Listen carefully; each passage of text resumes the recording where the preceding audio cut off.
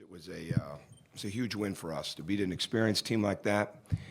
The way they've been playing, especially coming off their road win against Minnesota, and with the experience that they have and the firepower offensively and the abilities they have defensively, and especially after a somewhat of a slow start, to have the response that we had and to continue to get better during the game, which I thought was really, really important inside of it.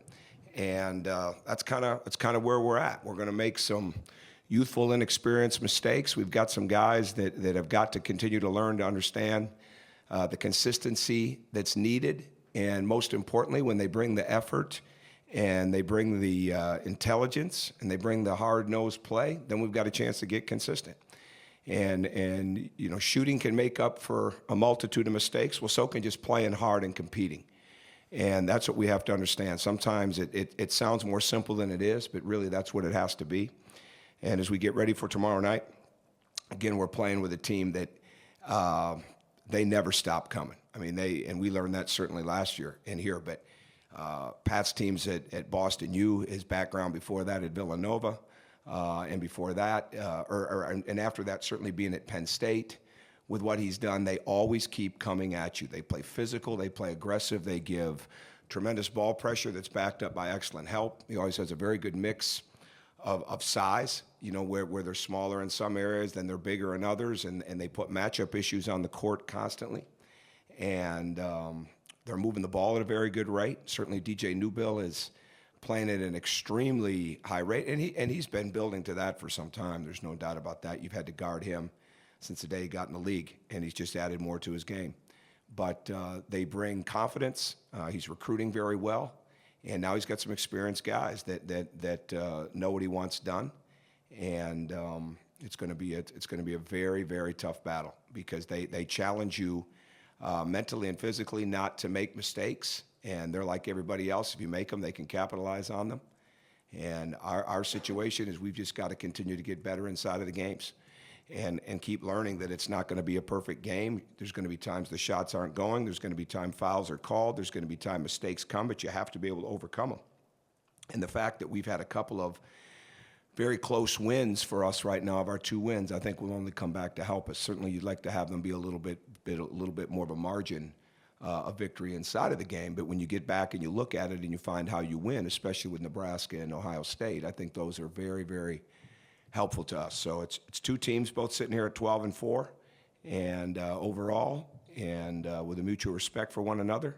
And we'll be excited to have our students back, and hopefully have a great crowd. And certainly we're happy to be able to turn right back around and play after not playing for almost 3 weeks at home until this past Saturday. So go ahead. Well, I think a couple of things. I think we got good bench play when we went to the bench, and I think the guys that we took out of the game early came back and responded quickly. And I think that's the key, because it wasn't like we shot it a lot better. Certainly Nick's threes were crucial. But again, it's all about momentum, and somebody's got to capture it. And it doesn't matter if it's a starter or somebody coming off the bench. And I thought Colin did an excellent job of that. I thought that Nick did a very good job of that. Stan came in and gave us solid time. When James and Troy went back in the game, their play picked up significantly.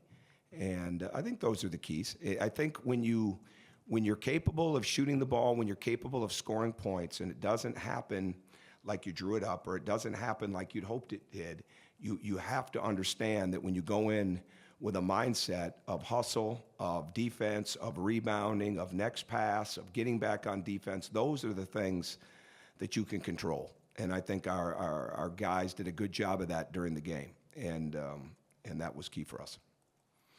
You've always talked about how it's not as important who starts as who finishes. Is it a situation maybe that with the energy that Emmett and Colin have played with, of putting one of those guys in the starting lineup? I'm not really thinking about the starting lineup, Ken, in that sense. I mean, the starting lineup is always subject to change. Okay, it's not a given on any given night. I made a decision to start somebody 30 minutes before the game the other day. That's just the way that it is. You know, I don't make decisions based on the starting lineup, based on any type of bandwagon situation. And my job is to keep making sure that they're getting better constantly. And if I change the starting lineup, you'll see it when it's announced. But I really don't put a lot of extra time into that. I was going to say just the energy they bring to maybe avoid a slow start. I don't know if that's the case. Okay, I mean, we've got guys that are capable in that starting lineup of providing energy. All right, Hunter Perea in the second half of the Nebraska game. We don't win that game without him, right? Okay, he got in some foul trouble. Hunter's situation has been foul trouble, and that's what it's been more than anything else. Getting the first, and he quickly gets that second. But there's always moving parts in the game. I mean, and that's not going to change. That's been there since the beginning of the game. It's not a static game. It's not a. The only thing that's constant is there's going to be change in the game. Other than that, it is what it is. And so we'll just see how it goes. Has he responded, I guess, the same way you talked about? Who's he? Hunter, the way you need to. You did talk at Michigan State about him needing to respond and to keep that spot in the lineup. Have you seen that? I know you said he didn't necessarily play poorly against Ohio State. Yeah, he's been fine. He's been getting better all year long. That's the key for him. He just continues to remain. If the biggest thing for him is if he brings the consistency of how he practices to every game, we'll never have a conversation about that. But, he's young in certain respects as a player. He's not young maybe age-wise, but he's young in the respects of how much he's doing on the court for us. So it takes some time to get to that point. But when he doesn't play with the energy level, or doesn't play with the awareness level, or doesn't play with the rebounding mindset, then that's another story. When those things are there and other things come up, then we just have to deal with that. But we'll keep pushing him to get better every day like we do the rest of them. Well, that's a big part of it. But the even bigger part of it is the consistency of purpose, I guess is the best way to say it, of getting to the glass. James has to do that. Nick has to do that. Colin Hartman didn't go to the glass this past Monday night like he did this past Saturday. Troy has to be there constantly. That's the energy level that you want. In the case of Hunter, he needs to be as active on the offensive glass as he is the defensive glass and rebound out of his area. Not allow people to block him out and use his quickness and react quick. Those type of things are what we're looking at. But the ball movement, we're not going to be successful if we don't move the ball. So everything else falls in line with that. Well, to move the ball, you've got to get great cuts, which move the defense. You've got to get good screening. The defense decides who they're going to guard, who they're not going to guard, how they're going to react to a ball screen, how they're going to react to a pin down, those type of things. You just got to keep making sure you're making them react. And if the ball starts to slow down or the ball starts to be dribbled rather than driven or passed, if you're not screening and you're exchanging bodies or you're whiffing or you're, sometimes we slip a screen, but that's a call. That's not a predetermined decision unless there's something they see in the game. But ball movement, body movement for us are crucial because we've got to get rebounds from a lot of different people.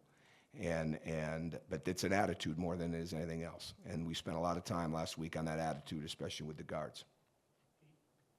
Tom, I quasi-joke with the players. When you come off the bench in order to be productive, do you prefer them run up and down the court a little bit to get warmed up, or especially from a shooting standpoint? If a guy's open 5 seconds in the game, somebody like Nick, do you want him to take it, or would you prefer him warm up? Well, I think it goes both ways. It's like this. You're going to shoot it first time you touch it, it probably better go in, to be honest with you, because you do need to get a feel for the game. You do need to let it move and get the blood flowing a little bit. And now you got a wide open layup or dunk, that's another story. But at the same time, you don't want to take confidence. It's more, that becomes, let's go in and get solidified. Sometimes when a guy comes right in and shoots the ball, maybe his mindset wasn't about what he needed to do to get ready for the game, which is come in and be talking on defense, be moving without the ball, be rebounding the ball. Now, if it goes in, you might have a guy that's going to get hot for the next 3-4 minutes. But the bottom line is there's a flow to it. Come in and add to the flow. It's just like come in and impact the game. Don't come in and take away from what we're doing. Because, again, the plus-minus, at the end of the day, that becomes a huge statistic, right? Maybe somewhat individually, but more for the combinations. We've got certain combinations that are really good, some that maybe aren't as good, so then you have to look at the reasons, when you look at the game. So it's not just the numbers, okay, what's the reason? But bottom line is you should probably get in the flow, get your blood pumping a little bit, have a bead of sweat before you take your first three. Sure, I think so. I mean, he's out there doing a good job. So, absolutely. And I think that's the key because that's where it's going to be. I mean, everybody this is a team that's got the potential to get deep. And deep, again, not just body deep, but consistency deep. And part of that consistency is understanding what you bring to the table every day. And then if more things come, Well, it's because you're the beneficiary of your teammates or the beneficiary of how well you played the way you needed to play. And Stan brings a lot of value to the table. And he can move the ball, he can defend, he can rebound the ball, he can certainly get to the rim and get fouled. And that's the key. The key is to come in and make simple plays, not try to make home run plays that turn into turnovers, and get a feel for how he's being played, because he's being played differently by certain teams, and just adjust to that. And so we're constantly working to make sure that there's a really good plan for when he's in the game. But the bottom line with him is that he takes care of what he can take care of, and he's starting to do more and more of that in practice. And hopefully, when you defend the way that they did the other day, hopefully they start to see there's a lot of value to that. There's a lot of value in minutes and productivity, but there's a lot of value in your confidence when you're really locked into what you're trying to take away from people against great teams like Ohio State. So to me, that's crucial that they continue to understand that. And it's going to be the same thing tomorrow night, because there's a lot of guys on that court that can really, really score. Not just Newbill, but they can score. Whether they can shoot or whether they can drive it, whether they can post it, they can score. So you've got to be able to do something about that. And at the same time, you got one of the leading scorers in the country in the game in DJ Newbill. So you have to be aware of where he's at all times. So when that maturity comes of understanding your role, especially for what's needed of you, of impacting the game from an energy and a toughness and a defense and rebounding standpoint and a ball movement mindset, he's been good. Initial reaction to them not having John Johnson? Yeah, I don't really have one. They're a really good team with or without him in my mind, and he can certainly score the ball. But they've got other guys that could score it, and I think my first reaction would be that those have a tendency to really rally teams. I'd have no idea what happened, but those have a real ability to get an even tighter circle, especially when you go on the road. And Pat is pretty good at having a pretty good mindset when they go on the road anyways. So my guess with this is probably only going to add to it and a benefit for them. So we've got to be that much more on cue with what we're trying to do. Go ahead. I asked the players this too. The last couple 3 years, they've always had kind of two high-scoring guys in that backcourt, whether it's Frazier and Newbill or different guys. Now that it's just Newbill, do they do anything particularly different with him, because there's not necessarily that sort of, I guess, two-pronged attack? Well, I don't think it's like Brandon Taylor's continue to get better. If you look at their numbers, they've got guys that are very, very comfortable on the perimeter. Shep Gardner's come in and done a very good job. Geno Thorpe has played well. No question, John Johnson is a high-level offensive player for them. But when you've got Ross Travis that can keep the ball alive, that can drive the ball, that can create contact, that can get to the offensive glass. When you have Taylor, they went right to Taylor last year in the gym here, and put him right in the post. He can score in the post. He can score from three. You can't get caught up in percentages. You got to get caught up in abilities. And I think they've got guys that have a lot of different abilities. And so the moment you think you're going to back off on somebody is when that person starts burning you. And inside of the game, you might take some chances, but your game plan has got to be, we've got to understand all of them. So DJ Newbill is a tremendous scorer because he can score at the rim. He can get fouled. He's taken 100 more shots than anybody on his team. He can get he can get the pull-up. He can score from three. He can go right and left. He's good in transition. He's good at the clock.